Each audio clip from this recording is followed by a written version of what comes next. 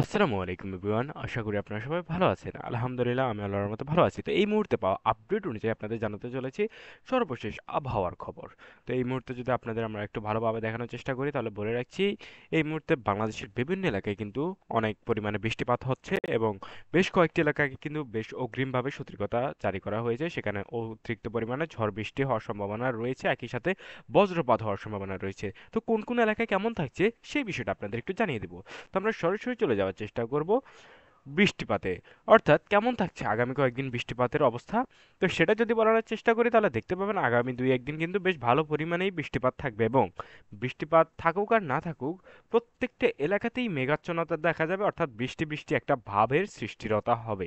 ভাব অর্থাৎ মেঘলা আকাশ থাকবে, এক কথা হচ্ছে যদি বলি তাহলে মেঘলা আকাশই থাকবে।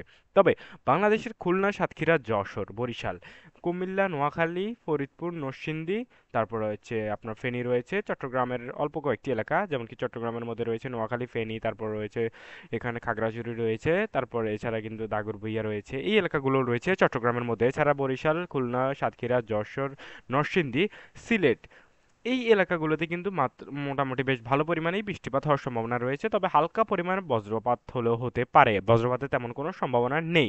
এছাড়া কিন্তু অন্যান্য এলাকা যেমন কি রাজশাহী, নওগাঁ, বগুড়া, শেরপুর, রংপুর, দিনাজপুর, সিরাজগঞ্জ, নাগরপুর, ঢাকা, পাবনা, এই এলাকাগুলোতে হালকা হালকা ঝিরিঝিরি বৃষ্টিপাত কখনো হলেও হতে পারে, এমন একটা পূর্বাভাস জানিয়েছে আবহাওয়া অফিস। তবে প্রত্যেকটা এলাকাতেই বৃষ্টিপাতের সম্ভাবনা রয়েছে সামনেই পিছনে, অর্থাৎ যদি আজকের কথাটাই বলার চেষ্টা করি, সরি আগামীকালকের কথাই বলি, তাহলে আপনারা দেখবেন রাতের দিকে দিনাজপুর, রংপুর, নওগাঁ, বগুড়া এই এলাকাগুলোতে হালকা বৃষ্টিপাত হবে, একই সাথে সিলেটও হবে। এবং দিনের বেলা আপনার যে বাংলাদেশের দক্ষিণ অঞ্চল যেমন কি যশোর, সাতক্ষীরা, খুলনা, বরিশাল, চট্টগ্রাম এই এলাকাগুলোর দিকে বৃষ্টিপাত হবে, অর্থাৎ থেমে থেমে অবস্থান পরিবর্তন করে বিভিন্ন এলাকাতেই সমান হারে বৃষ্টিপাত হওয়ার সম্ভাবনা জারি করা হয়েছে আবহাওয়া অফিস থেকে। এবং দিনের এক সময় দেখা যাবে যে সূর্য রয়েছে, আবার কিছুক্ষণ পরে হয়তোবা দেখা যাবে বৃষ্টিপাত হচ্ছে, এমন একটি পরিস্থিতি থাকবে। খুব যে মাত্রা অতিরিক্ত গরম কিংবা মাত্রা অতিরিক্ত বৃষ্টিপাত হবে, বিষয়টা এমন নয়।